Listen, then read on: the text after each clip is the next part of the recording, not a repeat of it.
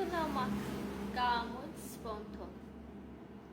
Etrafımızda xəstə insan görəndə, kasıb insan görəndə, işsiz güçsüz insan görəndə, vadi itirilmiş insan görəndə qınayırıq. Niye? Niye qınayırıq? Niye o insanları yanında olup destek olmak əvəzinə qınayırıq? Ne için? Bir düşünün.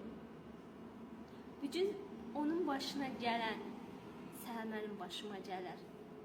Bir düşünün ki, yuxarıda Allah var ve Allah hamımızı sınayır.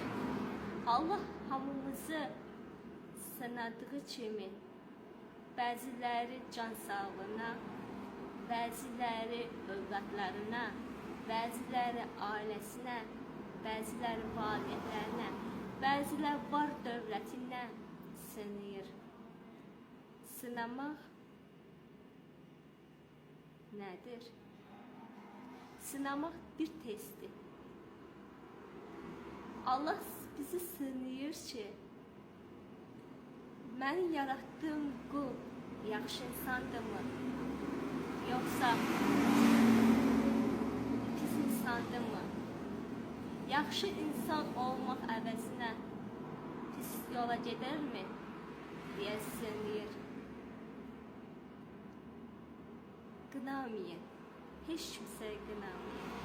Çünki dünya 3 günlükdür və bu gün olduğu kimi səhnəsi də var.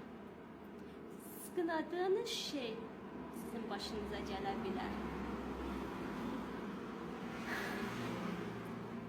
Həyatda ən nifrət etdiyim şeylərdən biri qınamaq. Qınamayın, empati qurun. Empati qurmaq, yəni özünüzü qarşınızdakı yerinə qoymaqdır. Səhər onun yaşadığı şeyler siz de yaşayabilirsiniz. Qınadığınız şey sizin başınıza gələ bilər. Qınamayın. Heç kimsəyə qınamayın. Dəstək olun. Yardım edin. Yanınızda olun o insanlara. Qınamayın heç vaxt. Ümid edirəm ki, bir çox insanın bu qınamaq olmaz. Və ümid edirəm ki, bu qamut spontu hər yerə yayılar və səsimi eşidən olar. Məni dinlədiyiniz üçün minnətdaram. Dəyərli vaxtınız aldığım üçün çox üzr istəyirəm. Videomu bəyənməyi, kanalıma abunə olmağı, videomu paylaşmağı unutmayın. Əzizə yaşa baxın. Bye bye.